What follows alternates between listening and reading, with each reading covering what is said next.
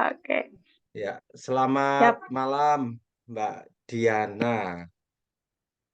Selamat malam Pak Di. Ya, mohon maaf mengganggu waktunya malam-malam ini.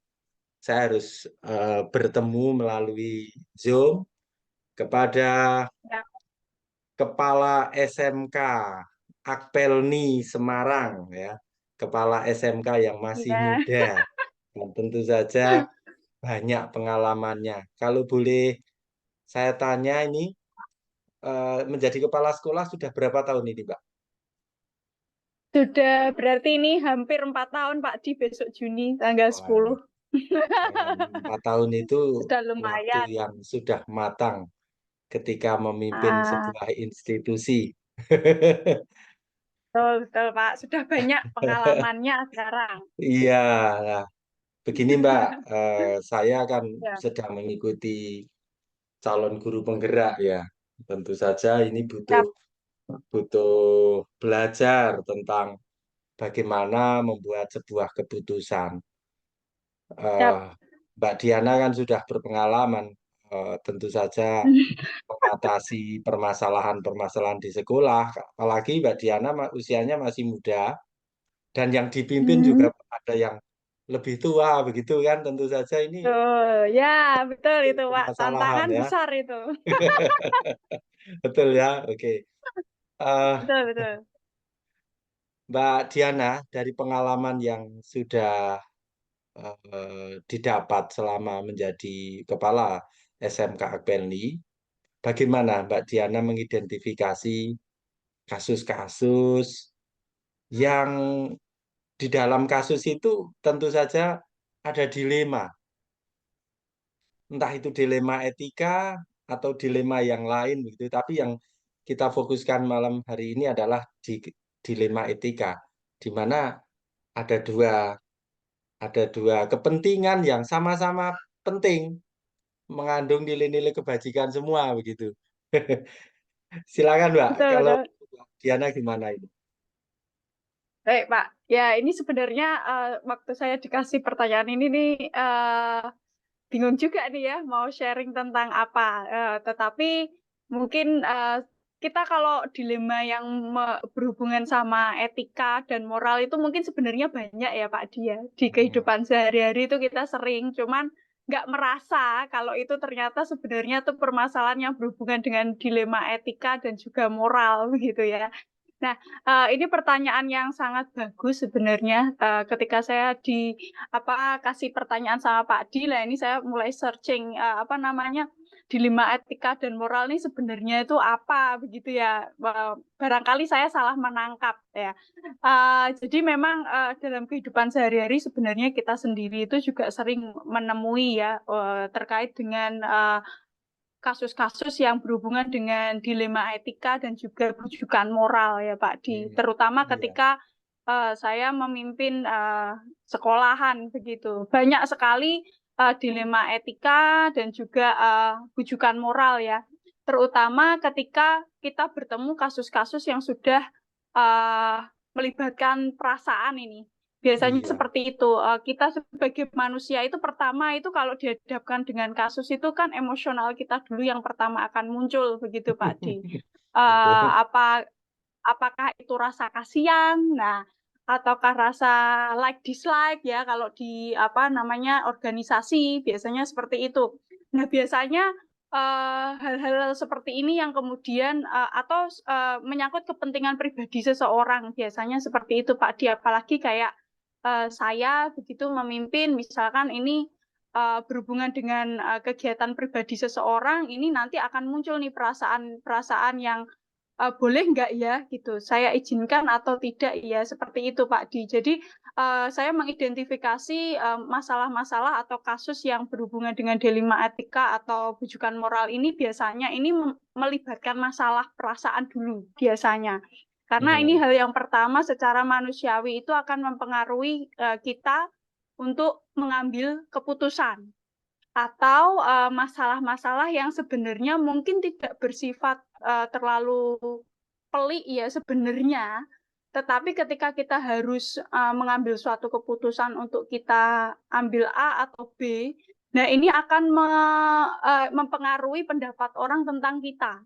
Biasanya ini itu menjadi apa namanya keputusan-keputusan yang bersifat tidak populer atau tidak disukai oleh banyak Hmm. orang.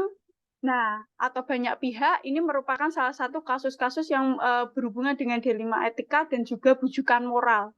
Biasanya seperti itu, apalagi kadang kita kalau jadi pemimpin awal-awal nih ya, saya ketika memimpin di usia saya masih 30 tahun waktu itu, dan banyak sekali yang lebih senior daripada saya ketika banyak kasus, terutama karena kami kasusnya kasus sekolah swasta ya Pak Di ya, terkait pada saat masa pandemi ketika saya menjabat. Hmm. Nah, itu akan mempengaruhi saya ya, terutama ketika jangan-jangan nih teman-teman yang lain tidak setuju, jangan-jangan teman-teman yang lain malah di belakang tidak mensupport saya. Nah, hal-hal Hmm. seperti ini yang biasanya sering terjadi dan kita alami kalau kita itu sudah menyangkut pada organisasi. Nah, Hmm. jadi di sini menurut saya pilihan terkait dilema etika dan bujukan moral itu akan sangat besar biasanya dipengaruhi oleh hal-hal Hmm. seperti itu, Pak Di. Iya, Dan iya. juga bisa jadi juga tentang siapa yang akan terlibat Hmm. ketika kita itu menentukan keputusan. Siapa saja yang terlibat dalam keputusan itu atau masalah tersebut. Itu yang menjadi biasanya saya mengidentifikasi apakah ini termasuk dalam kasus-kasus yang sangat besar dampaknya terhadap Hmm. dilema etika atau bujukan moral. Biasanya seperti itu, Pak Di. Ya, Ya. kalau mungkin dikasih contoh yang secara nyata, misalkan ya Pak Di, karena kami sekolah swasta contohnya, itu seperti ini. Kadang kita akan dilema ketika orang tua itu punya tunggakan yang besar, misalkan ya. Hmm. Tunggakan yang besar pada sekolah. Di satu sisi kita pasti akan secara personal kita sudah melakukan pendekatan ya, menanyakan misalkan apa namanya penyebabnya apa, masalah yang sedang terjadi apa, seperti itu sehingga terjadi hal-hal tersebut. Tetapi di lain sisi kita juga punya tanggung jawab ya kepada yayasan, kepada Hmm. juga income sekolah. Nah, seperti itu. Nah, itu contoh kasus yang sering terjadi di tempat kami, yang sederhana tetapi sering Iya. terjadi. Dan pada akhirnya tegel gak tegel, nah suka atau nggak suka, nah kita akhirnya juga harus melakukan apa namanya membuat suatu keputusan seperti itu Hmm. Pak Di. Oh, iya, Ya, iya. mungkin seperti itu Pak Di. Iya, mantap, mantap. Selanjutnya ini, Mbak. Ya. Bagaimana Mbak Diana menjalankan Mm-mm. pengambilan keputusan di sekolah itu, terutama Mm-mm. kasus-kasus yang ada dua kepentingan ya, sama-sama mengandung nilai kebajikan nih. Kok sama-sama Mm. kuatnya begitu? Bagaimana Mbak Ya. Diana mengambil keputusan? Dasarnya apa? Kemudian Mm-mm. lebih condong kemana? Itu punya alasan apa, Mbak? Baik Pak Di, tadi saya juga sempat diskusi ini sebenarnya mau jawab pertanyaan ini sama suami saya. Kalau hal-hal seperti ini saya tuh kadang soalnya nggak begitu ini ya, nggak begitu aware kalau ternyata kita sudah sering membuat keputusan berdasarkan ini. Jadi yang pertama biasanya kita harus apa ya melihat dulu suatu kasus karena biasanya kasus-kasus seperti ini tuh kasus per kasus akan berbeda Pak Di. Jadi Memang. nggak bisa kita samakan untuk Mm, misalkan tadi ya contohnya masalah tunggakan misalkan. nah, itu. Kasus per kasus itu akan berbeda. Tiap orang tua, tiap anak itu akan berbeda cara kita menanggapinya. Terutama kita lihat dampak atau resikonya ya Pak. Kita Mm, biasanya profiling dulu dengan siapa kita menghadapi suatu kasus ini mm, gitu. Kita pasti harus cari tahu dulu. Kemudian dari situ kita akan bisa lihat atau menilai melakukan assessment terhadap kasus tersebut itu tuh dampak atau resiko apa yang akan terjadi di masa yang akan datang atau setidaknya kalau misalkan kasus itu dibiarkan itu akan seperti apa dampaknya atau resikonya dan kalau kita salah melangkah atau keputusan yang kita apa namanya ambil salah itu apa yang akan berdampak pada organisasi ya, pada manajemen terutama. Kemudian kedua itu biasanya saya lihat dulu urgensinya yang mana, nilai-nilai mana yang Hmm. urgent untuk bisa kita ambil. Hmm. Betul, dua-duanya mungkin benar, dua-duanya mungkin bijak, tapi mana yang lebih urgent sesuai dengan resiko dan juga dampak yang nanti ditimbulkan. Itu jadi saling berkaitan dan juga importance-nya atau keutamaan dari nilai-nilai yang dipegang Hmm. itu yang paling cocok yang mana, yang paling penting yang mana. Jadi dari situ biasanya saya 3 hal ini sih yang biasanya saya lihat dampak dan resikonya, kemudian urgensinya yang mana, dan juga kepentingannya yang mana yang paling cocok kita ambil. Karena kalau kita sudah tahu mana apa dampak dan resikonya yang akan kita jalani di kemudian Hmm. hari, itu yang membuat kita itu nanti jauh lebih siap, Pak. Kalau misalkan terjadi hal-hal yang tidak kita inginkan, dibandingkan kita hanya, ya wes lah diambil kebijakan A, tapi kita nggak memperhitungkan resikonya. Pasti nanti di akhirnya kita tuh lebih merasa kayak nggak siap kalau ada masalah dan juga kita malah cenderung akan menyalahkan diri sendiri. Biasanya seperti itu. Nah kan Hmm. gitu. Biasanya kayak gitu. Tetapi kalau kita sudah melakukan pertimbangan terhadap 3 hal ini, itu biasanya saya sendiri kalau bisa menghadapi masalah lain dengan resiko yang sudah saya pertimbangkan, itu saya pasti sudah jauh lebih siap dan cenderung tidak akan menyalahkan diri sendiri. Karena biasanya kalau masalah-masalah yang berhubungan dengan nilai-nilai yang sama-sama benar atau dilema etika dan moral ini nanti biasanya cenderung akan menyalahkan diri sendiri, gitu. Kalau Hmm. kita tidak banyak pertimbangan, dan itu malah justru akan membuat kekecewaan yang berkepanjangan dan kita nggak cepat-cepat move on. Biasanya seperti itu. Kita tidak bisa bergerak ke hal-hal yang lain, gitu. Iya. Jadi hal-hal seperti ini yang biasanya saya pertimbangkan apa namanya mana yang lebih duluan dipentingkan, mana yang lebih urgent dan apa Hmm. dampak resiko. Kalau Dampak bisa resiko kita pilih yang dampak resikonya itu paling kecil. paling Atau nanti kecil. kemungkinan kalau ada dampak atau resiko tuh kita mampu menghadapinya, begitu Pak. Hmm. Nah, Jadi ini yang biasanya saya lakukan. sudah bisa Ya, memprediksi resiko apa, kemudian pilih iya resiko betul. yang paling kecil gitu ya. Ya, biasanya saya melakukan itu. Resiko yang paling kecil atau resiko yang paling mudah ditangani atau tidak menimbulkan friksi. Biasanya seperti itu. Karena Oh, organisasi itu sangat riskan dengan friksi yang terlalu iya, iya. terlalu besar, Pak. Nanti jatuhnya di dalam itu jauh tidak kondusif begitu. Gitu sih, Pak. Nah, gini Mbak, eh, ketika Ya. mengambil keputusan, tentu saja Mm-mm. kita kadang-kala memang butuh peran orang lain yang bisa memberikan Betul. sudut pandang yang berbeda ya. Tapi ketika sudut Ya, betul, pandang betul. yang berbeda itu semakin banyak, juga semakin blunder juga. Kan Iya, gitu. Sering-sering muncul kan betul. gitu kan. Ya. Duh, ini Betul, mana betul, yang betul. harus saya ambil lah? Menurut Mbak Diana yang dari pengalaman selama Mm-mm. ini, siapa saja yang diajak menjadi apa ya, diajak Mbak Diana untuk mengambil keputusan atau ada orang-orang lain yang membantu Mbak Diana ketika mau mengambil keputusan atau faktor-faktor apa yang mempengaruhi Mbak Diana dalam mengambil keputusan? Baik, Pak Di, ini benar-benar apa ya pertanyaan sangat menarik ya terkait dengan siapa saja yang bisa terlibat dalam kita mengambil keputusan. Nah, ini yang sangat tricky dan juga berbahaya sebenarnya ya kalau saya membicarakan ini dalam sisi manajemen atau organisasi.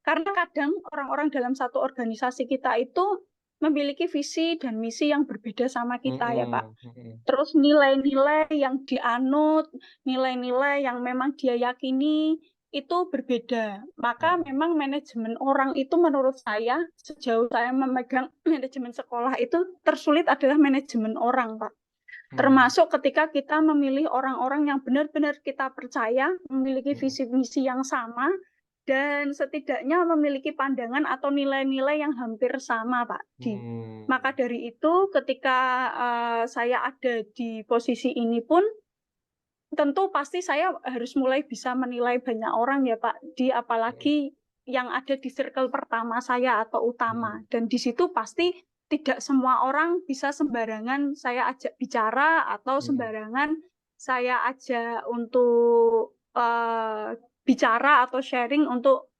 menyelesaikan masalah seperti ini ya Pak Di, terutama dengan nilai-nilai yang mungkin berbeda karena tiap orang kan dari kecil sampai besar sampai dewasa itu kan sudah banyak input yang dia dapat. Jadi betul, betul. biasanya akan berbeda untuk memandang banyak masalah.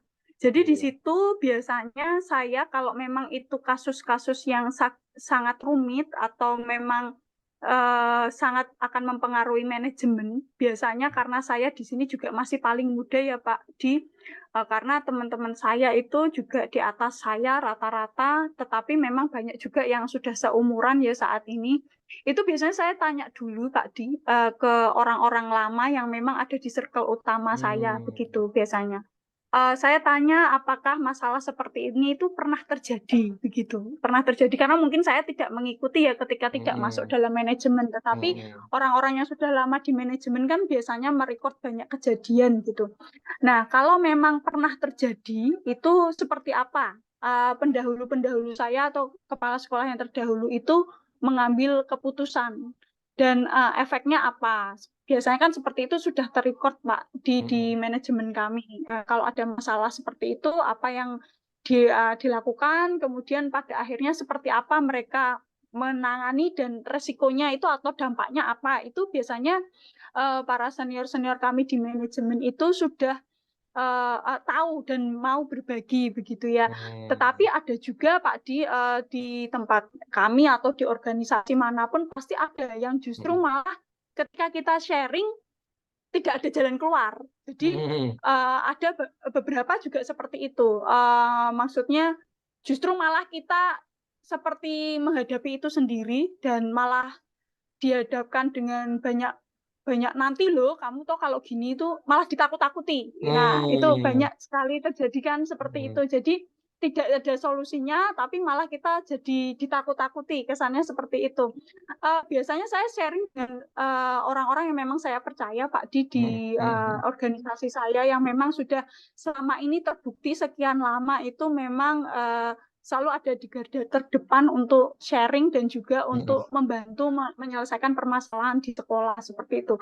Jadi ini merupakan circle utama yang memang sudah saya rawat dari dulu sehingga ketika terjadi masalah itu bisa ada selain saya yang membackup. Jadi saya biasanya tidak merahasiakan masalah apapun sih Pak kalau di organisasi. Jadi ada masalah apapun itu ya saya ceritakan walaupun mungkin tidak semua bagian atau semua orang dalam organisasi itu ikut terlibat dalam permasalahan karena kadang betul tadi kata Pak Di terlalu banyak orang itu biasanya terlalu banyak masalah memang betul karena apa yang kita sampaikan nanti belum tentu sampai di orang lain sama seperti itu ya.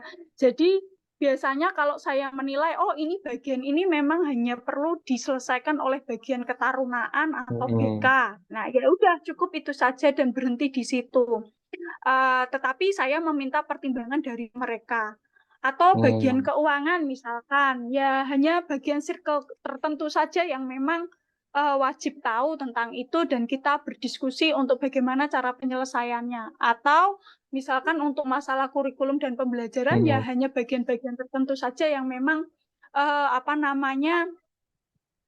saya libatkan. Karena biasanya seperti itu, terlalu banyak kepala, terlalu banyak hal yang harus disatukan, nanti malah bikin bingung sendiri.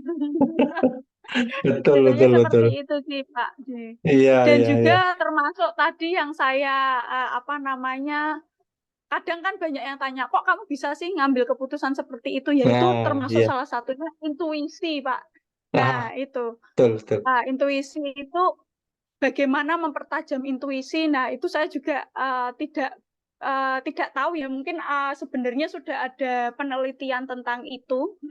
Tadi saya juga diskusi juga sama suami saya, faktor intuisi itu apa sih sebenarnya? Karena saya seringnya seperti itu, Pak Di. Misalkan ada masalah sesuatu ya yang cukup mendesak harus diselesaikan. Nah, intuisi inilah yang menuntun saya untuk jawab aja ini. Misalkan ada orang tua, biasa ya orang tua zaman sekarang kan kritis ya Pak Di. Kritis terhadap sesuatu, terutama pada sekolah kami yang bersifatnya ketarunaan, beda sama sekolah-sekolah lain. Biasanya tuh orang tua lebih kritis misalkan. Nah, itu bagaimana harus menanggapinya itu kok bisa dengan cepat dan kemudian bisa teredam. Itu kadang juga teman-teman bertanya, kok bisa sih habis itu selesai, nggak ada apa-apa lagi, seperti itu. Itu lebih kepada intuisi sih Pak. Mungkin kalau saya bisa menyampaikan bagaimana intuisi itu bisa terasah dengan baik, ya itu harus dipupuk dari awal sih. Apa yang kita baca, apa yang kita ikuti, kita sering mengamati, mengobservasi, itu Mm-mm. menjadi salah satu hal yang penting bagaimana intuisi itu bisa tajam seperti itu Pak Di. Mungkin itu Pak Di. Ya, karena pikiran itu kan seperti harddisk saja ya. Semakin banyak Iya, banyak data yang masuk itu kan juga saling terkait iya, kan, sehingga itu iya memunculkan betul, sebuah intuisi kan gitu. Betul ya, betul kira-kira betul gitu Pak tuh. Di. Iya, Jadi memang betul Pak banyak Di. Karena membaca saya juga. juga iya, harus banyak membaca. Kebetulan memang sejak saya kuliah itu buku yang saya baca itu banyak yang berhubungan dengan leadership, Pak Di. Atau Hmm. juga buku-buku yang berhubungan dengan nilai-nilai apa ya, psikologi. Saya memang senang dari dulu kuliah, termasuk Hmm. salah satu topik skripsi saya kan memang leadership. Jadi mungkin itu salah satu yang membuat saya eh, banyak keputusan yang saya ambil itu secara tidak Hmm. sadar itu dari input-input yang saya terima dari buku, dari mungkin mengikuti Hmm. perkuliahan seperti itu sih Hmm. Pak Dim. Wah, menarik sekali ini. Nah, ini Mbak, hal apa Iya. yang selama ini Mbak Diana itu dianggap paling efektif dalam mengambil Oh, paling keputusan? Ya. paling efektif berarti paling cepat, paling tepat ya Pak Dian. Iya, iya. Kalau saya rasa sih pertama data Pak Di. Tapi kalau Data ya. memang mendesak data itu tidak bisa disajikan secara cepat, ya memang Hmm. intuisi itu yang bermain Hmm. eh, secara secara mutlak ya. Karena kadang kan ada masalah yang misalkan kayak orang tua apa namanya protes begitu ya di grup orang Hmm. tua atau apa yang memang harus kita cepat cepat menanggapi karena kalau enggak resikonya jauh lebih besar Iya kalau lah enggak itu ya. segera ditanggapi misalnya seperti itu memang intuisi Pak di kalau saya rasa intuisi terhadap bagaimana kita menilai suatu situasi dan juga resiko tadi yang pertama Hmm. memang saya selalu menilai itu resiko atau dampak terbesar atau tercepat yang akan terjadi itu apa. Nah, itu yang Hmm. biasanya akan menentukan tindakan apa yang akan kita ambil atau respon apa yang akan kita lakukan terhadap suatu masalah, Pak Di. Jadi, Hmm. kemungkinan ada dua itu ya, data dan juga Dan intuisi. intuisi.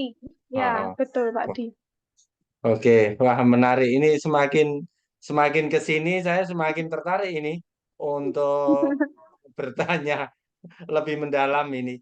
Eh Ya, ya, begini Pak. Selama ini tantangan ya, apa yang Mbak Diana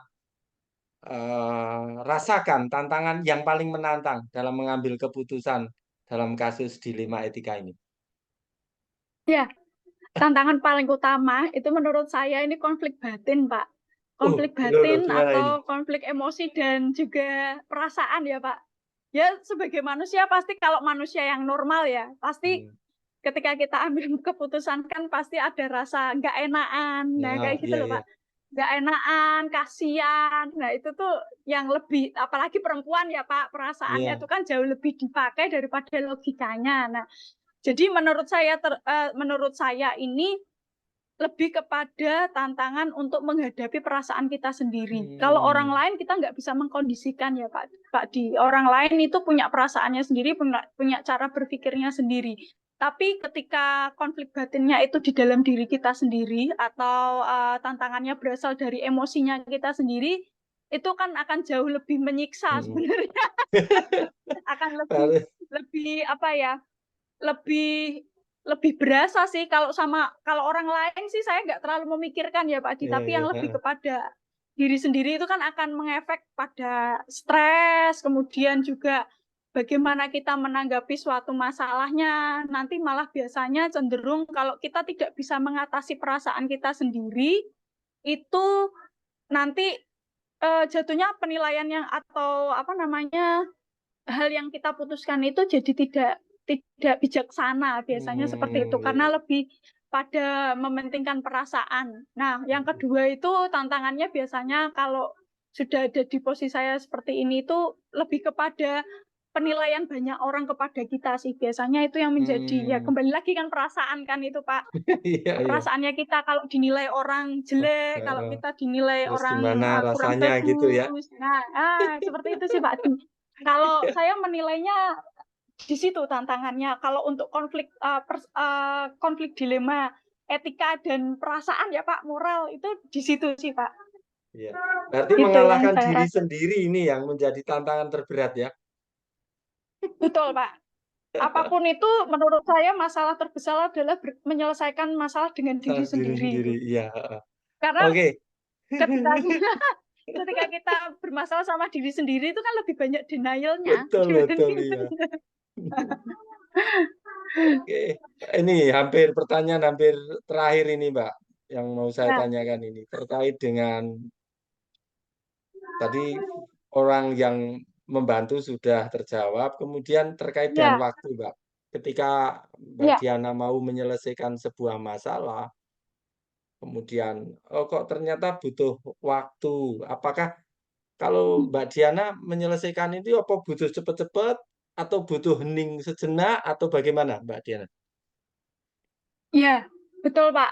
Kadang kita perlu ketika ada masalah muncul ya Pak, kita memang perlu hening sejenak dulu ya Pak. Itu untuk membantu kita melihat masalah itu lebih jelas, clear, itu sebenarnya efek dari masalah apa.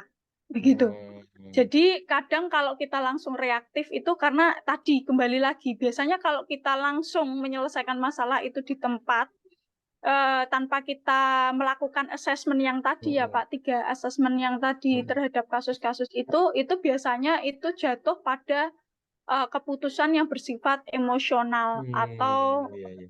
perasaan ya, bukan bukan berdasar pada data, analisis resiko, kemudian juga Hmm, analisis importance dan urgency. Jadi pertama memang perlu hening sejenak untuk kita melihat apa namanya, menilai apakah kasus ini cukup saya selesaikan secara pribadi sendiri tanpa perlu hmm, mendapat pertimbangan dari manajemen atau pihak terkait, ataukah memang ini perlu dibawa ke ranah rapat manajemen. hmm, Biasanya kalau memang sudah bersifat sudah uh, menyangkut pada akan mempengaruhi citra hmm. organisasi, itu saya harus merapatkan. Karena kalau Oh, sudah berhubungan dengan citra atau sudah menyangkut pada organisasi yang besar, itu tidak bisa saya putuskan sendiri. sendiri, ya. Setidaknya saya sudah membahas bersama dengan teman-teman di manajemen dan mereka sudah memberikan analisis resikonya mereka masing-masing sampai pada akhirnya nanti tetap saya sendiri yang akan apa namanya nentukan keputusannya apa. Tapi setidaknya teman-teman yang lain itu sudah tahu dan juga keputusan apa yang akan saya ambil itu sudah mereka sudah paham gitu. Oh, ya. Gitu, Pak. Wah, mantep ini. Terima kasih, Mbak Diana. Malam ini Ya, sama-sama Pak Ci. sudah bisa berdiskusi panjang tentang manajemen, tentang pengambilan keputusan. Mohon izin nanti Ya, hasil rekamannya akan saya publish, nggak apa-apa ya, karena tidak nggak menyangkut apa-apa Pak Ci. umum kan, tidak menyangkut individu, Ya, tapi ya bersifat siap. umum dan semoga bisa bermanfaat untuk orang lain juga. Ya, ya Ya, sama-sama Pak Ci. yes. Semoga berkah untuk Mbak Diana, berkah untuk Sama-sama. keluarga Mbak Diana, ya. Terima kasih. Amin. Semoga juga Ya, bermanfaat untuk Pak Di dan juga teman-teman oke, yang lain. oke, terima kasih. Atau